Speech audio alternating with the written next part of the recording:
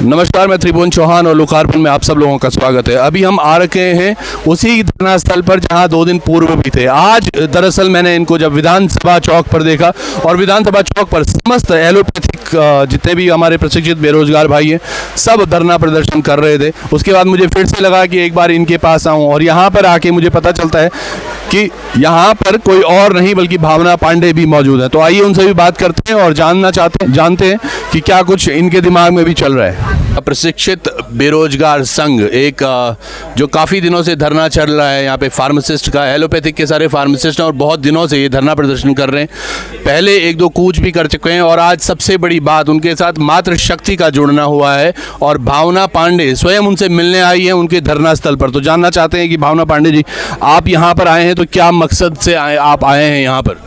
नमस्कार। सबसे पहले उत्तराखंड का और उत्तराखंड की समस्त जनता का धन्यवाद। मैं ये कहना चाह रही हूँ कि आज पिछले 2-3 दिन से लगातार फार्मासिस्ट को मैं देख रही थी, मगर इनकी अगुवाई करने के लिए कोई नेता नहीं था।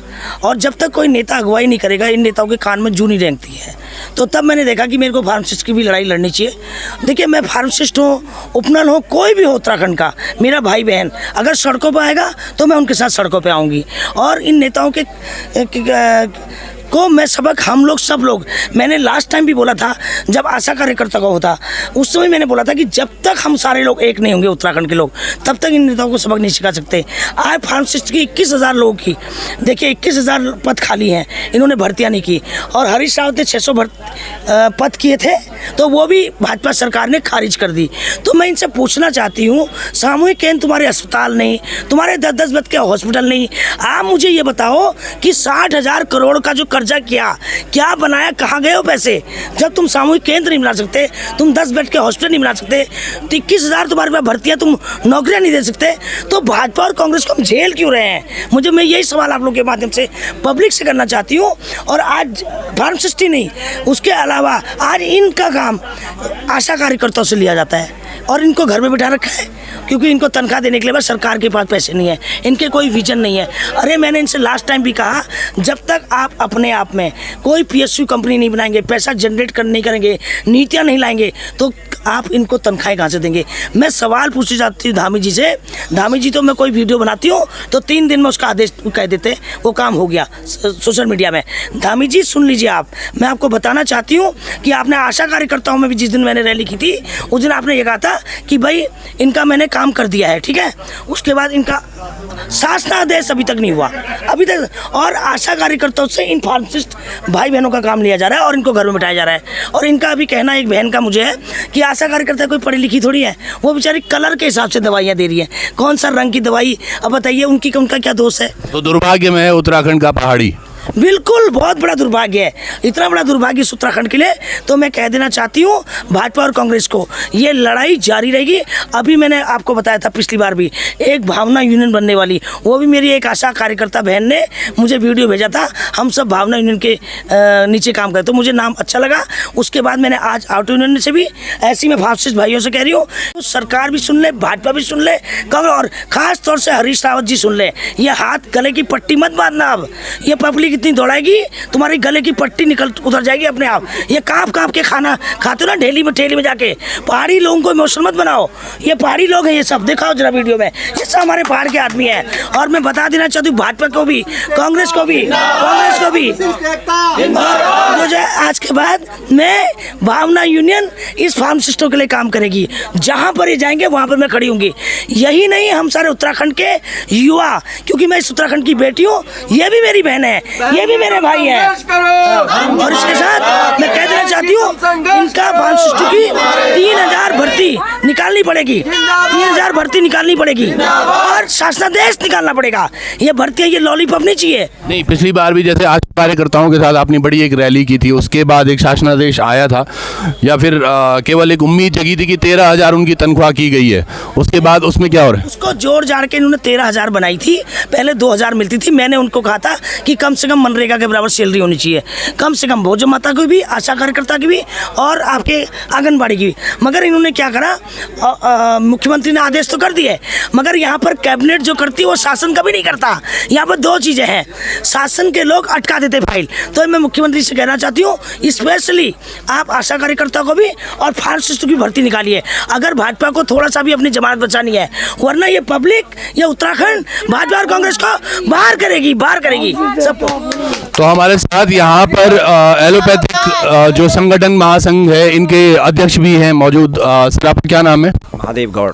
तो महादेव गौड़ जी, जो ये पूरी प्रथा चल रही है आपकी, काफ़ी दिनों से आप लोग संघर्षरत हैं, तो कोई कुछ आयाम नज़र आता दिख रहा है? सबसे पहले मैं लोकार्पण न्यूज़ का धन्यवाद एवं आभार व्यक्त करता हूं कि हमारे बीच में आए और हमारी आवाज़ को सरकार तक पहुंचाने का काम कर रहे हैं। सबसे पहले सर आपका बहुत बहुत धन्यवाद एवं आभार। मैं बताना चाहूँगा कि हम लोग यहाँ पर जो बैठे हैं 19 तारीख से बैठे हुए हैं और पिछले 4 दिनों से हम लगातार रैलियाँ कर रहे हैं, महारैलियाँ कर रहे हैं, घेराव कर रहे हैं, लेकिन ये दुर्भाग्य है कि अभी तक सरकार का कोई भी प्रतिनिधि हमारे बीच में नहीं आया है। वार्ता के लिए ना बुलाया गया है हमें और ना कोई हमारी बात सुनने के लिए यहाँ पर आया है। हम मजबूरन हमें ये रैली करनी पड़ी, ये आंदोलन हमें करना पड़ा, क्योंकि हम पिछले 20 सालों से बेरोज़गारी का दंश झेल रहे हैं और हम मजबूर हो गए थे, क्योंकि हमारी जो भी बात है या जो भी हमने पत्राचार किया उस पर कोई संज्ञान नहीं लिया जा रहा था। तो आज अब मैं देख रहा हूँ भावना पांडे जी भी आपसे जुड़े हुए हैं और आज वो आपके पास आए, तो इसको कैसे ले रहा है आपका पूरा दल? मैं भावना मैडम का बहुत बहुत धन्यवाद आभार करता हूं और उन्होंने हमारे महासंघ को जो समर्थन दिया उसके लिए हम बहुत आभारी है और उम्मीद करते हैं कि आपके सहयोग एवं समर्थन से हमारी जो लड़ाई है उसको हम ज़रूर जीतेंगे और हम अपनी मंजिल को ज़रूर पाएंगे, हम सफलता हासिल करेंगे। जो हमारी 14 सूत्रीय मांग है उन मांगों पर जल्दी ही सरकार कोई संज्ञान लेगी और अगर संज्ञान नहीं लेती है तो 21,000 परिवार, जैसे भावना मैडम को हम बता चुके हैं, 21,000 परिवार इससे प्रभावित होंगे और 21,000 परिवार आप समझ सकते हैं कि किस तरह से मतलब एक राजनीति को, उत्तराखंड की विरासत को बदल सकते हैं। तो बहुत दुख होता है जब उत्तराखंड का एक युवा इस तरह से सड़कों पर उतर जाता है और अपनी बेसिक मांगों को लेकर धरना प्रदर्शन करता है, या अथवा कई दिनों से ये देखिए आप यहाँ पे ये टेंट लगा के बैठे हुए हैं, सुदूर क्षेत्र में अब एक धरना प्रदर्शन का इन्होंने उद्घाटन या कहें कि विमोचन किया हुआ है सरकार ने कि आप दूर सहस्त्रधारा रोड पर जाकर बैठे रहें। दूसरी मांगे हैं आपकी, इसमें प्रमुखता से कौन कौन सी मांगे आप लेकर चल रहे हैं?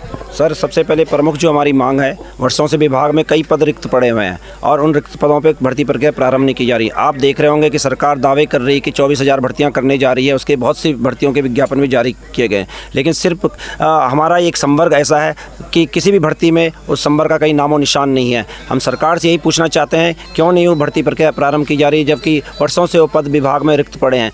जब हमारी वार्ता होती है, महानिदेशक महोदया से वार्ता होती है या शासन स्तर पर जब बात करते हैं कि क्यों नहीं भर्ती प्रक्रिया प्रारंभ की जा रही है, तो उनके द्वारा एक शब्द का इस्तेमाल कर दिया जाता है कि राज्य में IPHS मानक लागू कर दिए गए हैं, उसकी वजह से जो आपका जो संवर्ग है उस संवर्ग में लगभग 1200 पदों का नुकसान हो रहा है और उन 1200 पदों को पहले एडजस्ट किया जाना है, उसके बाद ही आपके पदों पे भर्ती प्रक्रिया प्रारंभ होगी। सर मैं बताना चाहूँगा कि उत्तराखंड राज्य विषम भौगोलिक परिस्थितियों वाला राज्य है और जो IPHS जो नीति की जो बात कर रहे हैं ये केंद्रीय स्वास्थ्य नीति है। राज्य सरकार को राज्य सूची का जो विषय होने के कारण स्वास्थ्य उसमें बदलाव कर सकती है, यहाँ की विषम भौगोलिक परिस्थितियों के अनुसार उसमें आवश्यकता अनुसार परिवर्तन कर सकती है। इसी तर्ज पर जो तत्कालीन सरकार थी, नारायण दत्त तिवारी जी की सरकार थी, वर्ष 2005 में जो हमारे उपकेंद्र होते हैं दूरस्थ पर्वतीय क्षेत्रों में 3,000 से 5,000 की पॉपुलेशन के बीच में एक उपकेंद्र स्थापित है। उन उपकेंद्रों में के माध्यम से जो वहाँ के जो लोग हैं, वहाँ का जो जनमानस है, उनको प्राथमिक स्वास्थ्य उपचार उनके नज़दीक में उपलब्ध हो पाए, इसके लिए वहाँ पर फार्मासिस्ट की नियुक्ति की गई थी, क्योंकि फार्मासिस्ट विभाग में एक ऐसा पद है जो दवा वितरण के साथ में प्राथमिक उपचार करने में पारंगत होता है। अन्य कोई ऐसा पद नहीं है स्वास्थ्य विभाग में जो डॉक्टर के बाद सबसे इस तरह का एक महत्वपूर्ण पद होता है। तो इसको देखते हुए वहाँ पर एक व्यवस्था लागू की गई थी और जो हमारे 1904 उपकेंद्र है, जो 1368 उपकेंद्र है, वहाँ पर अभी फार्मासिस्ट की नियुक्ति नहीं हुई है। तो हम ये चाह रहे थे, हम ये मांग कर रहे थे कि जनहित को देखते हुए, जन स्वास्थ्य को देखते हुए, स्वास्थ्य को सुदृढ़ करने के दृष्टिकोण से जो 1368 उपकेंद्र है उन पर भी भर्ती प्रक्रिया प्रारंभ की जाए। पर ऐसा न करते हुए सरकार IPHS नामक एक नीति ला के उन सब पदों को भी को ख़त्म कर रही है और उन 536 पदों को जो जहाँ पर पहले से हमारा फार्मासिस्ट भाई रोजगार में लगा हुआ है उसको भी यहाँ पर चिकित्सालयों में लाकर, और जो चिकित्सालयों के जो रिक्त पद है उसमें भी समायोजन करके बहुत बड़ा नुकसान हमारे संबर को हो रहा है। और हमारी जो ये लड़ाई है सबसे पहले IPHS को लेके है। हमें IPHS ऐसी जो नीति है हमें बिल्कुल स्वीकार नहीं है, जिससे बेरोजगारों का भी अहित हो रहा है और साथ साथ में उन हजारों ग्रामीण परिवेश में रहने वाले जो जनमानस है जिनको प्राथमिक स्वास्थ्य उपचार की सुविधा मिलनी चाहिए, उनको प्राथमिक स्वास्थ्य उपचार की सुविधा से भी वंचित किया जा रहा है। अभी लोग जो देख रहे होंगे अभी लोकार्पण, वो समझ पा रहे हैं IPHS एक प्रॉब्लम है, मैं भी शायद समझ पा रहा हूँ, लेकिन अगर आम जन को आप एक सरल भाषा में समझाना चाहेंगे कि IPHS दरअसल है क्या? सर, IPHS एक इंडियन पब्लिक हेल्थ स्टैंडर्ड होता है। भारत सरकार ने एक स्टैंडर्ड लागू किया है, मिनिमम स्टैंडर्ड हम उसको कह सकते हैं, लेकिन ऐसा नहीं है क्योंकि स्वास्थ्य राज्य सूची का विषय है। हर राज्य की अपनी विशेष परिस्थितियां होती है, राज्य को अधिकार होता है उस सूची के अंतर्गत उसमें बदलाव करने का, और राज्य सरकार उसमें कर सकती है। क्योंकि IPHS के लागू होने से क्या होगा सर कि जो फार्मासिस्ट का जो पद है वो PSC लेवल से स्टार्ट होता है, उपकेंद्र में फिर फार्मासिस्ट का पद नहीं रह जाता है।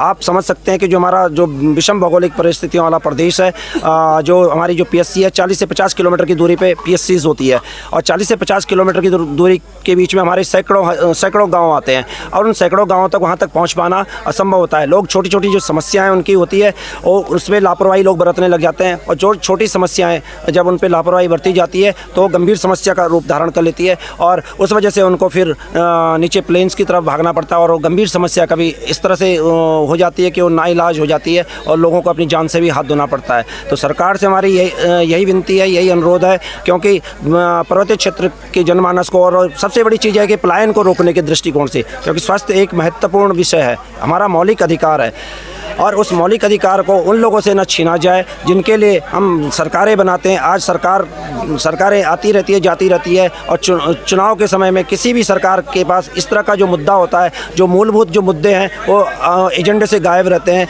जबकि शिक्षा, स्वास्थ्य, बिजली, पानी, सड़क ये मूलभूत मुद्दे होते हैं, और इन मुद्दों पर कोई ध्यान नहीं दिया जाता है। और आज स्थिति यह है कि स्वास्थ्य को लेकर जब हम बातें बड़ी करती है, लेकिन हम उन बड़ी बातों का हवाला न देते हुए कम से कम हम अगर वहाँ पर लोगों को प्राथमिक स्वास्थ्य उपचार की सुविधा उपलब्ध हो पाती है, फार्मासिस्ट की नियुक्ति उपकेंद्र में कर दी जाती है, तो एक बहुत जन क्रांति होगी, लोगों को जन स्वास्थ्य का लाभ मिलेगा। और जो आज शहरी क्षेत्र में जो हमारे चिकित्सालय, बड़े चिकित्सालय, जिला अस्पताल है, वहाँ पर जो एक दबाव है, बहुत दबाव है। आप देखते हैं जो जिला दून अस्पताल है, वहाँ पर रोज़ 2000 से 3000 की OPD होती है, और डॉक्टर को समय नहीं मिल पाता अपने मरीज से बात करने का, क्योंकि दबाव अधिक है। और जब समय नहीं मिल पाता तो मरीज का भी इलाज भी जो एक सही ढंग से होना चाहिए, जिस मरीज को 2 दिन में 3 दिन में ठीक होना चाहिए, और नहीं। और जी ने यहाँ पे कुछ बातें बताई हमें, एक बिल्कुल पहाड़ को जोड़ने वाली कुछ तस्वीरें इन्होंने दिखाई। कुछ दिन पहले हमने एक खबर भी की थी, शायद आपने देखी भी होगी, कि चमोली की एक महिला को, रुद्रप्रयाग की एक महिला द्वारा पौड़ी के जंगलों में उसका प्रसव किया गया था।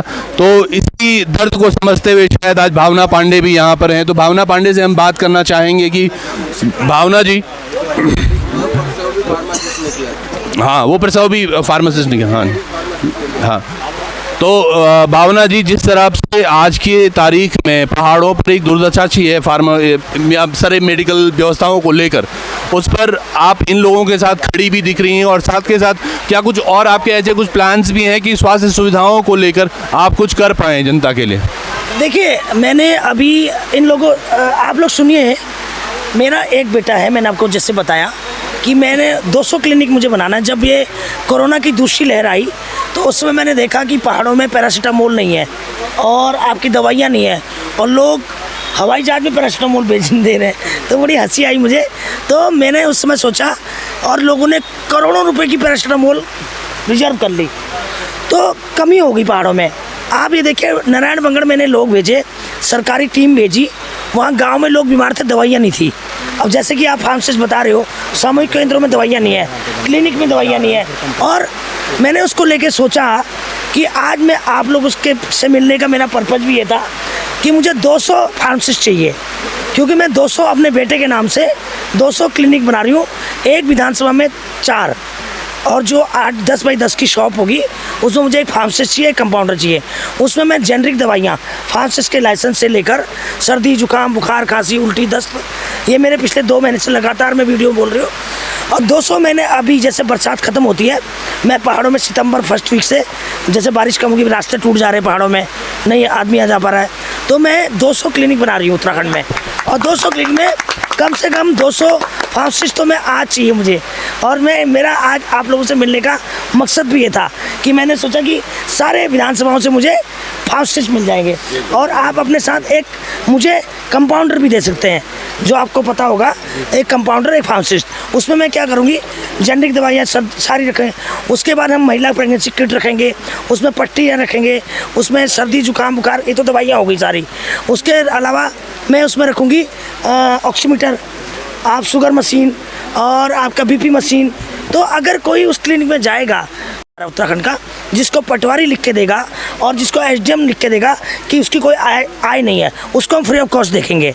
और बाकी लोग जो जिनकी आय है उनको हम दवाई सहित, ताकि ये फार्मासिस्ट को तनख्वाह भी तो देनी है, फ्री में थोड़ी काम करेंगे, तो इनके लिए कम से कम मिनिमम चार्ज 30 रुपये दवाई, जो उचित मूल्य जो है हम लोग, ताकि हमारा उतना इन लोग की सैलरी, बिजली का बिल ये सब निकल आए उचित, जैसे 50 रुपये 100 रुपये विद दवाई हम इलाज करेंगे, जितना भी होगा वो एरिया वाइज देखकर। तो इसलिए मेरा आप सब भाइयों से अनुरोध है कि आप लोग हर विधानसभा में मुझे 4 फार्मासिस्ट चाहिए और 4 कंपाउंडर चाहिए, और हो सके तो आप मुझे शॉप भी दिला दो। और हाँ, विजन लेकर आए मैम आप? विजन नहीं है, मैंने अपने लिए किया है, क्योंकि मेरा एक बेटा है, मैं उसके नाम से प्रिंस हेल्थ क्लिनिक बनाना चाहती हूँ। उससे क्या होगा कि कम से कम लोगों को सेवा मिलेगी और मेरे को पुण्य मिलेगा। तो इससे क्या होगा कि एक बहुत बड़ा अच्छा नाम भी होगा और लोगों को सुविधा भी मिलेगी, तो दोनों काम हो जाएंगे। तो ये मैंने करने जा रही हूँ। इसलिए मैंने आपको सब भाइयों से मेरा अनुरोध है कि आप लोग हर विधानसभा में अपना अपना नाम लेकर आप रजिस्टर बना लें, और मैं तत्काल प्रभाव से उनको सितंबर के महीने में अपॉइंट करूँगा। तो ये एक बहुत बड़ी खबर थी, जहाँ पर कि भावना पांडे ने अभी धरना स्थल पर ये एक बड़ी घोषणा की है कि 200 क्लिनिक वो खोलने वाली हैं और हर विधानसभा में 4 क्लिनिक खोलने वाले हैं, जहाँ पर वो फार्मासिस्ट को अपने यहाँ पर विद इन सैलरी रखेंगे और साथ के साथ कंपाउंडर भी उनको चाहिए होंगे। तो ये एक बहुत बड़ी बात थी। और इसी के साथ और हमारे साथ जुड़े हुए मैं रविंदर, मैं यहाँ पर को महासचिव हूँ बेरोजगार डिप्लोमा फार्मेसी एलोपैथिस्ट महासंघ का। मैं ये बताना चाहता हूँ कि आज हमारे प्रदेश में लगभग जो है 21,000 जो है रजिस्टर्ड फार्मासिस्ट हैं। रजिस्टर्ड फार्मासिस्ट 21,000 संख्या है, परंतु जो है जो अभी पूरे राज्य भर में जो मेडिकल स्टोर संचालित है वो 21,000 के कई गुना ज़्यादा हैं। लेकिन मेरा सरकार से ये प्रश्न है, वो ऐसा क्यों है? जब रजिस्टर्ड फार्मासिस्ट हमारे पास 21,000 हैं तो वो कई गुना संख्या ज़्यादा मेडिकल स्टोर की कैसे हो गई? ये बहुत बड़ी बात है, इसका संज्ञान लेना होगा। मुझे लगता है कि और तो मुख्यमंत्री तो छोड़िए, पहले तो ये जो जितने भी लेवल पे या केंद्र सरकार तक ये बात होनी चाहिए। जब पूरे राज्य में ही 21,000 जो आज तक प्रशिक्षित फार्मासिस्ट हैं, तो उनकी जो मेडिकल संख्या है, जो केमिस्ट की शॉप्स आप देखते हैं, उनकी संख्या उससे बहुत ज़्यादा है। मुझे लगता है करीबन 4-5 हज़ार तो शायद देहरादून में होंगे, और अगर बड़े शहरों में बात करें तो इसी तरीके से बहुत बड़ी बात। और दूसरा मेरा है सर, जैसे कि हम पशु चिकित्सालय की बात करते हैं, वहाँ पर कोई जो है जो डिप्लोमा फार्मासिस्ट है, वहाँ पर को जो होते हैं बेरोजगार डिप्लोमा फार्मासिस्ट हैं, उनकी नियुक्ति वहाँ पर को जो है पशुओं के लिए जो है दवाई की डिस्पेंसिंग का कार्य लिया जाता है। बट मेरा कहना है कि 845 अभी संख्या है जो हमारे संपूर्ण राज्य में जो है सिर्फ जो है, जिनमें से जो है अधिकांश जो है पदों पर जो है नियुक्ति होना भी वो है, नियुक्ति होना जो है प्रतिष्ठित है। और जहाँ पर पशु एक ऐसी, मानव तो कहीं भी, इंसान तो कहीं भी बता सकता है कि मुझे ये परेशानी है, ये परेशानी है, लेकिन जो है पशु जो है, जानवर जो है, वो बोल नहीं सकता है कि उसको क्या प्रॉब्लम है। जो आज भी जो है हमारे जितने भी जो पशु चिकित्सालय है, पशु सेवा केंद्र है, वो फार्मासिस्ट विहीन है। और वहाँ पर को जो है अप्रशिक्षितों से जो पशुधन प्रसार अधिकारी हैं, जो नॉन मेडिकल जो है क्वालिफाइड हैं, नॉन डिप्लोमा वाले हैं, उनसे वो कार्य ले जा रहा है। तो हमारी एक मांग ये भी है सरकार से कि जो है अविलंब जो है तत्काल से तत्काल जो है वहाँ पर जो है डिप्लोमा फार्मासिस्ट जो है जिनकी आवश्यकता है, वहाँ पर उन पदों पर भी जो है नियुक्ति की जाए। बहुत सही सोच के साथ चल रहे हैं हमारे फार्मासिस्ट। ये नया उत्तराखंड है और नया युवा है, तो अगर किसी भी पार्टी को अब की बार चाहिए होगा, तो मैंने जैसे पहले भी एक वीडियो हमने किया था कि अब की बारी जनता ने अपना खुद का मैनिफेस्टो निकाला है, और सभी राजनेता, सभी प्रत्याशी तैयार हो जाएं कि ये सब हमारी मांगे हैं, इनके ऊपर अगर आप तैयार कर पाते हैं तो हम आपको वोट देंगे, अन्यथा दूसरा आप दरवाज़ा आप खटखटा सकते। तो आज हमारे साथ ये प्रशिक्षित बेरोजगार डिप्लोमा फार्मासिस्ट से एलोपैथिक जो हमारे बेरोजगार भाई बहन सब थे, तो आपसे फिर जुड़ेंगे इसी सिलसिले में। तब तक के लिए जुड़े रहिएगा लोकार्पण से। नमस्कार।